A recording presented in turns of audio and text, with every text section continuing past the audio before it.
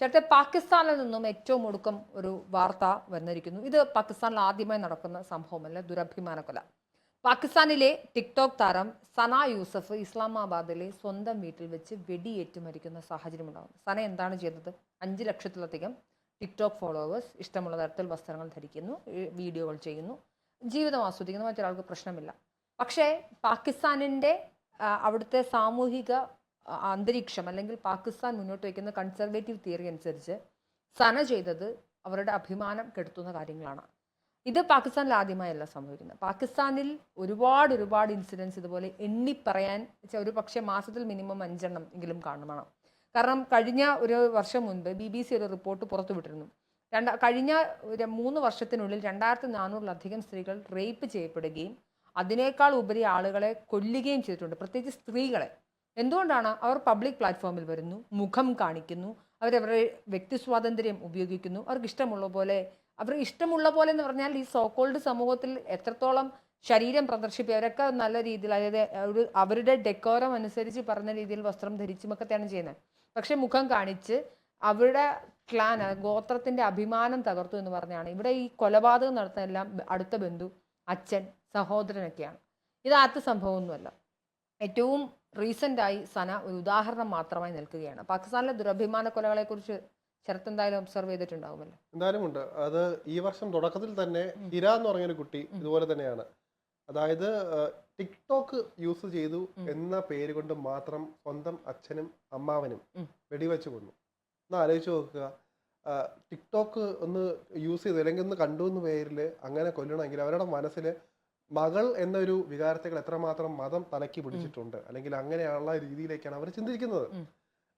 ഇപ്പോൾ നേരത്തെ പറഞ്ഞ പോലെ തന്നെ അവിടെ ഇപ്പോൾ സ്വന്തമായൊരു വ്യക്തിത്വം നമുക്ക് റിവീൽ ചെയ്യാൻ പറ്റില്ല. ഇപ്പോൾ എന്താണ് നമ്മുടെ ഇഷ്ടാനിഷ്ടങ്ങളൊക്കെ പോകാൻ പറ്റില്ല. ഇവിടെ സത്യം പറഞ്ഞാൽ AI ക്യാമറകൾ, ഇവിടെ വണ്ടി നമ്മൾ എന്തെങ്കിലും ഹെൽമെറ്റ് വെച്ചില്ലെങ്കിലോ അങ്ങനെയുള്ള കാര്യങ്ങളാണെങ്കിൽ അവിടെ ബുർഖ ധരിച്ചില്ലെങ്കിൽ AI ക്യാമറ വഴി ഫൈൻ വരുന്നൊരു അവസ്ഥ ആലോചിച്ച് നോക്കുക. റോഡിലിറങ്ങുക, അല്ലെങ്കിൽ നമ്മൾ നോക്കാൻ പാടില്ല. ഇപ്പം ഇവിടെ കുറെ നിയമങ്ങളുണ്ട്. ഇവര് സ്ത്രീയെ തുറിച്ച് നോക്കുകയാണെങ്കിൽ എന്തൊക്കെയോ നിയമങ്ങൾ ഇടയ്ക്കുണ്ടായിരുന്നു. പക്ഷെ അവിടെ ഒരു സ്ത്രീക്ക് ഒരാളെ നോക്കാൻ പാടില്ല, അച്ഛനോ മകളോ അച്ഛനോ അല്ലെങ്കിൽ ആരും മാത്രമേ ഇടവഴിക്ക് പോകാൻ പാടുള്ളൂ. അങ്ങനത്തെ ഒരു താലിബാനിസം പതുക്കെ പാകിസ്ഥാനിലും വല്ലാത്ത രീതിയിൽ ഇൻഫ്ലുവൻസ് ചെയ്യുന്നുണ്ട്. ഒരു സമയത്ത് നമ്മൾ വിചാരിച്ചത് അവിടെ എല്ലാ കാലഘട്ടത്തിലും അങ്ങനെ ഉണ്ട്. പക്ഷേ ഇത്രയും എക്സ്ട്രീമായ രീതിയിലേക്ക് ഒരു പക്ഷേ ഇതിപ്പോ മാധ്യമങ്ങളൊക്കെ ഒരുപാട് ഉള്ളത് കൊണ്ട് റിപ്പോർട്ട് ചെയ്യപ്പെടുന്നതാണ്. റിപ്പോർട്ട് ചെയ്യപ്പെടാത്ത എത്രയോ ഉണ്ടാകും ശരത്ത്, അങ്ങനെ നോക്കിക്കഴിഞ്ഞാൽ.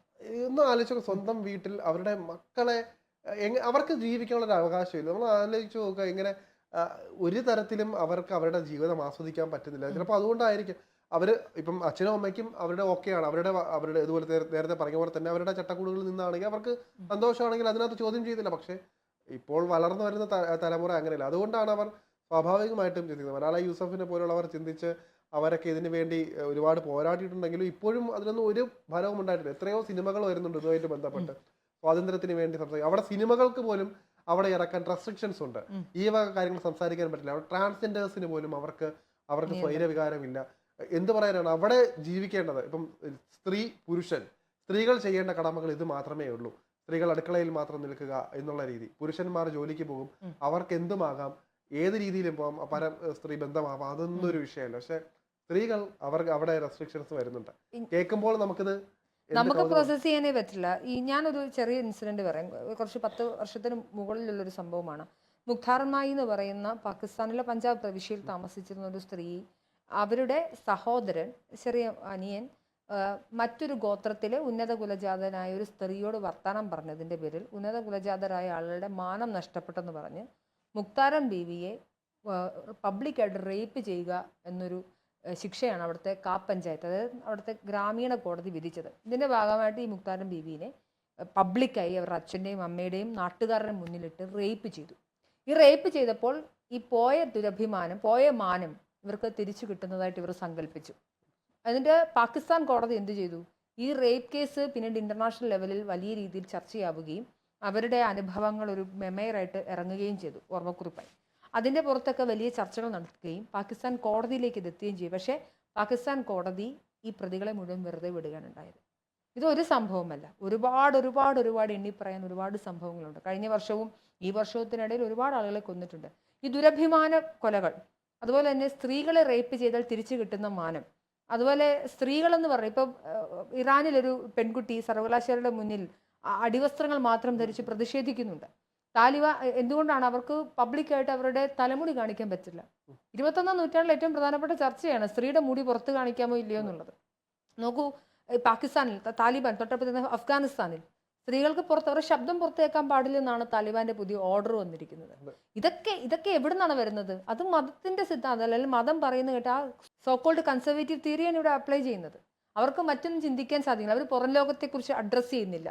ഇപ്പോൾ ഹമാസിലെ തീവ്രവാദികൾ എത്രയോ സ്ത്രീകളെ റേപ്പ് ചെയ്ത് കൊണ്ടുപോകുന്നു. അവരെ തുണിയില്ലാതെ വഴിയിലൂടെ, ഞാൻ എത്രയോ നമുക്ക് ഫുട്ടേജസ് കാണുമ്പോൾ ചങ്ക് വേദനിക്കും. എന്തിനാണ് അത് ചെയ്യുന്നത്? അപ്പൊ സ്ത്രീകളെന്ന് പറഞ്ഞു കഴിഞ്ഞാൽ 21ാം നൂറ്റാണ്ടിൽ അതിന് അവര് സ്ത്രീകളെ മറ്റേ ഇതാണ് മുട്ടായി പോലാണത്. അപ്പൊ കവർ ഇട്ടില്ലെങ്കിൽ മുട്ടായിൽ ഉറുമ്പ് വരും, അതുകൊണ്ട് ഞങ്ങൾ കവർ ഇട്ട് സൂക്ഷിച്ചോളാം എന്ന് പറയുന്ന പ്രൊട്ടക്ഷൻ തിയറിയാണ് ഇവർ ഇറക്കുന്നത്.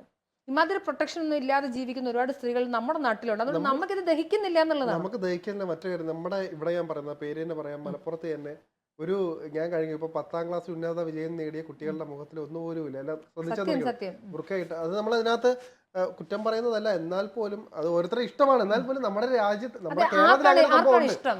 നമ്മൾ ആരോടെങ്കിലും ചോദിച്ചിട്ടുണ്ട് ശരത് അത് ഇഷ്ടമാണോ എന്ന്? ഒരിക്കൽ എന്നെ ഒരു പെൺകുട്ടി വിളിച്ചു.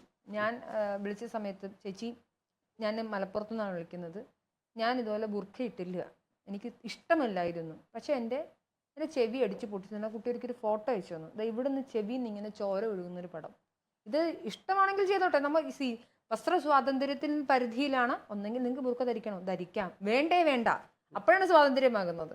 നിങ്ങൾ മുഖം മറയ്ക്കണോ, മറച്ചോ, പക്ഷെ വേണ്ടെങ്കിൽ വേണ്ട എന്ന് പറയാൻ പറ്റണം.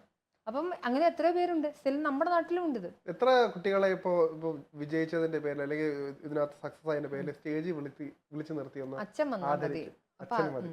അപ്പോൾ ആ നാട്ടിൽ നിന്നാണ് നമ്മൾ ഈ കാര്യങ്ങൾ പറയുന്നത് കൂടെ നമ്മളൊന്ന് ആലോചിക്കുക. അതുകൊണ്ട് തന്നെ ഇതൊരു വലിയൊരു വലയമാണ്.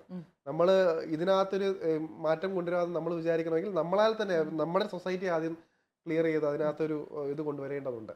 അല്ലാണ്ട് നമ്മൾ ഇവിടെ ഇരുന്നിട്ട് പാകിസ്ഥാനെ കുറ്റം പറയുമ്പോൾ നമ്മൾ സ്വന്തം മണ്ണിലേക്ക് നോക്കേണ്ട ഒരു കാര്യം കൂടെയുണ്ട്. അപ്പം ഇത് അവിടെയും ഇവിടെ ഇങ്ങനെ നടക്കുമെങ്കിൽ അവിടെ ഇതൊന്നും പുതുമയുള്ളൊരു കാര്യമല്ല. നമ്മൾ കുറച്ചുകൂടി നമ്മളിപ്പം വിദ്യാസമ്പന്നരൊക്കെ തന്നെയാണ്, സാക്ഷര കേരളമൊക്കെ തന്നെയാണ്, പക്ഷെ ഇത്തരം കാര്യങ്ങളിൽ ഇപ്പോഴും തൊടാൻ പേടിയുള്ള ഒരു ഭരണകൂടമാണ് നമുക്ക് ചുറ്റുമുള്ളതെന്ന് കൂടെ നമ്മളൊരു സത്യം കൂടെ മനസ്സിലാക്കേണ്ടത്. ശരത്ത് ഓർക്കുന്നുണ്ടാവും, മറ്റേ എല്ലാവർക്കും യൂണിഫോം എന്ന് പറഞ്ഞാൽ പെൺകുട്ടികളും ആൺകുട്ടികൾക്കും ഒരുപോലത്തെ യൂണിഫോം ഒക്കെ അങ്ങനെ ജെൻഡർ ന്യൂട്രൽ എന്ന് പറഞ്ഞ സംഗതി ഉണ്ടെന്ന് ഞാൻ വിശ്വസിക്കുന്നത്. ആണും പെണ്ണും വ്യത്യസ്തരാണ്, വ്യത്യസ്തതകളിൽ തുല്യരാവണം. സെറിബ്രൽ ഇക്വാലിറ്റിയെ കുറിച്ചാണ് നമ്മൾ പറയുന്നത്. പക്ഷെ അത് വന്നപ്പോൾ പോലും പറ്റില്ല, ആണും പെണ്ണും അങ്ങനെ ഒരുമിച്ചിരിക്കാൻ പറ്റില്ല, ഒരുപോലത്തെ വസ്ത്രം ധരിക്കാൻ പറ്റില്ല എന്ന് പറഞ്ഞ് ഇവിടെ ആരാണ് ബഹളം ഉണ്ടാക്കിയത്? ഇവിടെ സെക്സ് എഡ്യൂക്കേഷനെ കുറിച്ച് സംസാരിക്കുമ്പോൾ അത് വേണ്ടെന്ന് പറയുന്നത് ആരാണ്?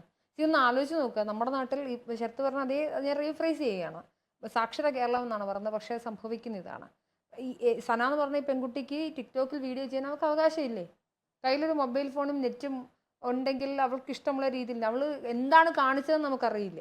ഇനി അത് അഡൾട്ട് കണ്ടന്റ് ആണെങ്കിൽ പോലും, ഞാൻ പറയുന്നത് എൻ്റെ എക്സ്ട്രീമിൽ, if it is an adult content, അതിന് ആ കുട്ടിക്ക് റൈറ്റ് ഉണ്ട്, ഇഫ് ഷീ ഈസ് 18+ ആണെങ്കിൽ അല്ലേ. അല്ലാത്ത താഴെ വരുന്നതിന് നിയമപരമായ പരിധികളിൽ പെടുന്നതുകൊണ്ട് മാത്രം.